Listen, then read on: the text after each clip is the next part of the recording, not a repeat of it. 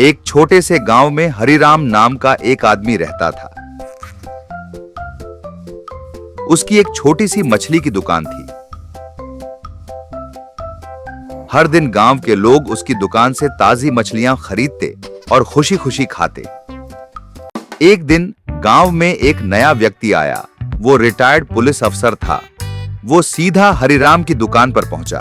नया आदमी: अरे भाई, तुम्हारी दुकान के बारे में बहुत सुना है, तो सोचा खुद ही आ जाऊं।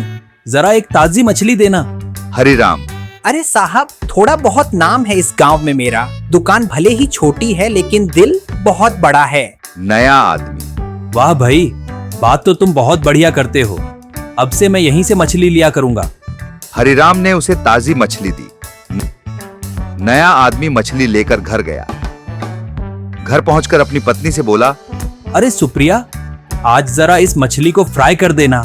आज पति पत्नी मिलकर आराम से मछली खाएंगे। कुछ दिनों बाद शहर से एक आदमी गांव में आया और सीधा हरिराम की दुकान पर पहुंचा। शहरी आदमी: अरे बाबू, तुम ही चलाते हो ये दुकान? इस छोटे से गांव में कितनी कमाई हो जाती है तुम्हारी? हरिराम: अरे भाई, गांव छोटा जरूर है पर जितनी जरूरत है उतनी कमा लेता हूँ। पर आप कौन हो? शहरी आदमी: मैं दिल्ली बाजार से आया हूँ। मैं भी मछली बेचता हूँ। मेरे पास ढेर सारी बीमार और पुरानी मछलियां हैं। अगर तुम सारी मछली एक साथ ले लो तो सिर्फ 100 रुपए में दे दूंगा। हरिराम: ना बाबा ना, मैं सड़ी गली मछली नहीं बेचता। तुम जा सकते हो। शहरी आदमी: बाबू जरा सोचो, सिर्फ 100 में खरीदो और बेचो 10,000 में। हरिराम थोड़ा लालच में आ गया और बोला: अरे भाई, एक दिन बेचने से कौन जानेगा। ला दो सुबह, मैं ले लूंगा। अगली सुबह शहरी आदमी सारी सड़ी मछलियां लेकर आया। हरिराम ने दुकान पर चिल्लाना शुरू किया। हरिराम: आइए आइए, ताजा ताजा दिल्ली से मछली, स्वाद ऐसा कि भूल जाओगे गांव की मछली। गांव वाले खुश होकर मछली खरीदने लगे। कुछ देर बाद वो नया आदमी भी आ गया। नया आदमी: अरे भाई, आज तो बड़ा भीड़ है तुम्हारी दुकान पर। हरिराम: अरे साहब, दिल्ली से ताजी मछली आई है। नया आदमी: अरे वाह, फिर मुझे भी 3 मछलियां दे दो। हरिराम ने मछली दी और मन में सोचा: वाह, आज तो 10,000 रुपये कमा लिए सिर्फ 100 रुपये में। अगर रोज ऐसा हुआ तो 1 से 2 महीने में करोड़पति बन जाऊंगा। गांव में सबने मछली ग्रिल करके खाई। नया आदमी और उसकी पत्नी सुप्रिया ने भी खूब मजे से खाई। लेकिन अगले दिन 2 गांव वाले आपस में बात कर रहे थे। गांव वाला: अरे भाई, कल से पेट में जबरदस्त दर्द है। मेरे साथ भी वही हाल है। लगता है मछली में कुछ गड़बड़ थी। गांव वाला: तो चलो हरिराम के पास चलते हैं। दोनों हरिराम की दुकान पर पहुंचे। गांव वाले: अरे भाई, कैसी मछली बेच रहे हो? सबकी तबीयत बिगड़ गई। हरिराम: क्या बकवास कर रहे हो? कहीं और कुछ उल्टा खाया होगा और मुझे दोष दे रहे हो। फिर से ऐसा कहा तो गांव के लौंडों को भेजकर हाल ठीक कर दूंगा। गांव वाले डर के मारे चुप हो गए और चले गए। उधर नया आदमी और उसकी पत्नी भी बीमार हो गए। सुप्रिया: अरे जी, कल जो मछली खाई थी उसके बाद से पेट में आग लग रही है। हाँ सुप्रिया, मुझे भी वही हो रहा है। अब तो यकीन हो गया कि मछली ही खराब थी। सुप्रिया: गांव वाले भी बीमार हुए हैं और जब वो दुकान पर गए तो हरिराम ने उन्हें धमकाकर भगा दिया। यह सुनकर नया आदमी बहुत गुस्से में आ गया। उसने अपनी पुरानी पुलिस यूनिफॉर्म निकाली और पहनकर सीधा दुकान पर पहुंचा। नया आदमी: अरे भाई, क्या बीमार मछली बेच रहे हो गांव वालों को? अगर गलती से हुआ हो तो माफ कर दूंगा, लेकिन जानबूझकर किया है तो। हरिराम: अरे फैंसी ड्रेस पहनकर मुझे डरा रहा है। तू कोई पुलिस नहीं है। और हाँ, मैंने जानबूझकर बेचा, पैसे कमाने थे। तू क्या करेगा? नया आदमी: अब तू देख, तूने गांव वालों की सेहत से खिलवाड़ किया है। उसने तुरंत असली पुलिस को बुलाया और हरिराम को गिरफ्तार करवा दिया। लालच में आकर अगर कोई दूसरों की सेहत और विश्वास के साथ धोखा करता है तो उसका अंत बहुत बुरा होता है।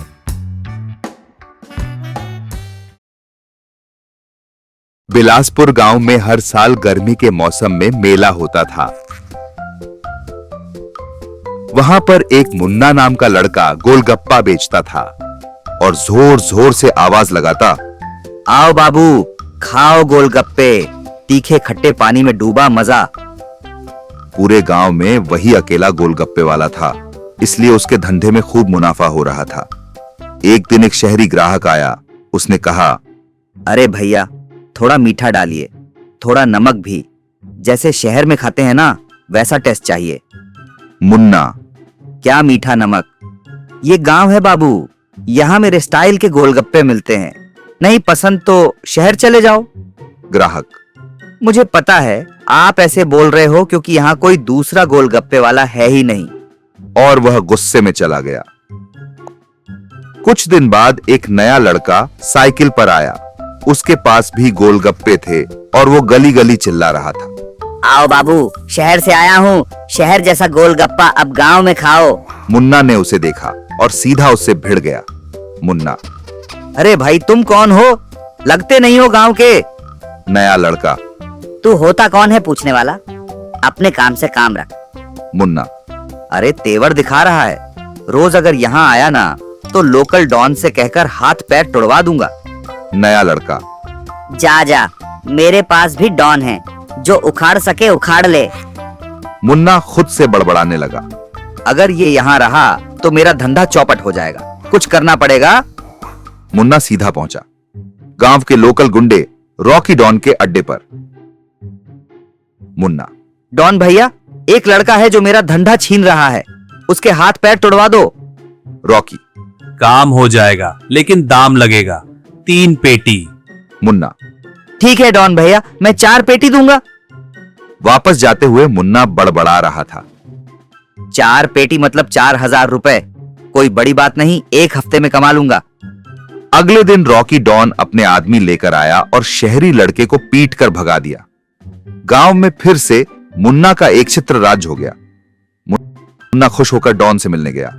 मुन्ना, भैया बढ़िया काम किया, अब फिर से पैसे बरसेंगे। रॉकी डॉन, हाँ ठीक है, अब 4 लाख रुपए निकाल। मुन्ना, क्या 4 लाख? मैंने तो 4000 कहा था। अगर 4 लाख होते तो मैं गोलगप्पे बेचता क्या? रॉकी डॉन, हमने कब कहा कि पेटी मतलब 1000? हमारे हिसाब से एक पेटी शुद्ध 1 लाख। अब तो तू हमारे लिए फ्री में गोलगप्पे बनाएगा, चल गैंग में आजा। अब मुन्ना रोज डॉन और उसके गुंडों को फ्री में गोलगप्पे खिलाता था। लालच और अहंकार हमेशा नुकसान देता है। दूसरों को गिराने के बजाय खुद को बेहतर बनाना ज्यादा जरूरी है। गांव का एक सीधा सादा आदमी था, नाम था हरिशंकर, और वह ऑटो चलाकर अपनी रोजी रोटी कमाता था। हर दिन की तरह दोपहर वह अपने दोस्त बबलू के साथ खड़ा था और चिंता में डूबा हुआ था। हरिशंकर, अरे बबलू भाई, अब तो ऑटो चलाकर कुछ नहीं बचता। देखो ना, आजकल लोग बड़ी बड़ी गाड़ियां ले रहे हैं, महल जैसे घर बना रहे हैं, और हम लोग यहीं खड़े हैं उसी पुराने ऑटो के साथ। बबलू, सही कह रहे हो भाई, पैसे तो सबको कमाने हैं, पर पैसा कमाना अब आसान कहाँ रहा। लगता है जैसे अमीरी हमारे बस की बात नहीं। हरिशंकर, शायद अब जिंदगी भर बस यही ऑटो चलानी पड़ेगी। दोनों ने गहरी सांस ली और चल दिए। अगले दिन हरिशंकर अपने ऑटो के साथ गांव के एक नए बने आलीशान बंगले के सामने खड़ा था। तभी अंदर से एक आदमी तेजी से निकला और गुस्से से बोला, अनजान आदमी, अरे भैया, ये ऑटो मेरे घर के सामने क्यों खड़ा किया है? यहाँ पार्किंग मना है। हरिशंकर, अरे साहब माफ करना, मुझे नहीं पता था ये आपका घर है, मैं अभी हटा देता हूँ।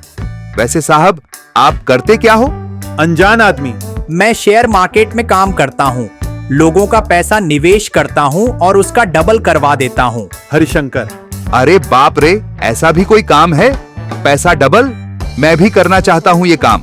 कहाँ जाना होगा इसके लिए? आदमी, अगर करना है तो कल मेरे घर आना 2 लाख रुपए लेकर, मैं तुम्हारा पैसा भी डबल कर दूंगा। हरिशंकर खुशी खुशी अपने ऑटो पर बैठा और ऑटो स्टैंड पहुंचा। हरिशंकर, बबलू भाई, आज मुझे एक जबरदस्त मौका मिला है, मैं अपना पैसा शेयर मार्केट में लगाने वाला हूँ। ऑटो ड्राइवर, क्या शेयर मार्केट? हम जैसे आम ऑटो ड्राइवर वहाँ क्या करेंगे भाई? हरिशंकर, तू कुछ नहीं समझेगा, वो आदमी बोला है कि मेरा पैसा डबल हो जाएगा। सोच क्या रहे हो? जब मेरा पैसा डबल हो जाएगा फिर तुझे भी करवा दूंगा। अगले दिन हरिशंकर आत्मविश्वास के साथ उस बंगले पर पहुंचा और बोला, साहब लो 2 लाख रुपए, अब मेरा भी सपना पूरा करवा दो। आदमी, शाबाश, अब तुम भी अमीर बन जाओगे, चिंता मत करो, 1 हफ्ते में पैसा डबल। हरिशंकर खुशी से झूमता हुआ घर लौट आया। उसी दिन वह अपने सारे उधारी वालों को बुलाता है। हरिशंकर, सुनिए सब लोग, आपका सारा पैसा मैं 1 हफ्ते में चुका दूंगा, और हाँ मकान मालिक जी, अगला 2 साल का किराया एडवांस दूंगा। सब लोग चकित और खुश। 1 हफ्ते बाद हरिशंकर फिर उसी बंगले पर पहुंचा, लेकिन आज का नजारा कुछ अलग था। घर के बाहर भीड़ जमा थी, लोग परेशान थे। हरिशंकर, अरे भैया, यहाँ इतनी भीड़ क्यों?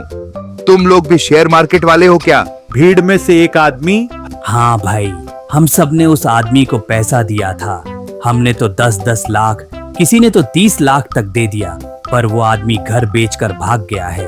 हरिशंकर, क्या क्या बोल रहे हो आप? मैं तो 2 लाख लेकर आया था, उसने तो कहा था डबल कर देगा। ओ भगवान! तेरा 2 लाख गया, हमारा तो सब कुछ चला गया भाई। अब तो सड़क पर आ गए हैं सब। हरिशंकर वहीं धम्म से बैठ गया। उसके सपनों का महल चूर चूर हो गया। जल्दी अमीर बनने के चक्कर में लोग अक्सर ठग्गों का शिकार बन जाते हैं।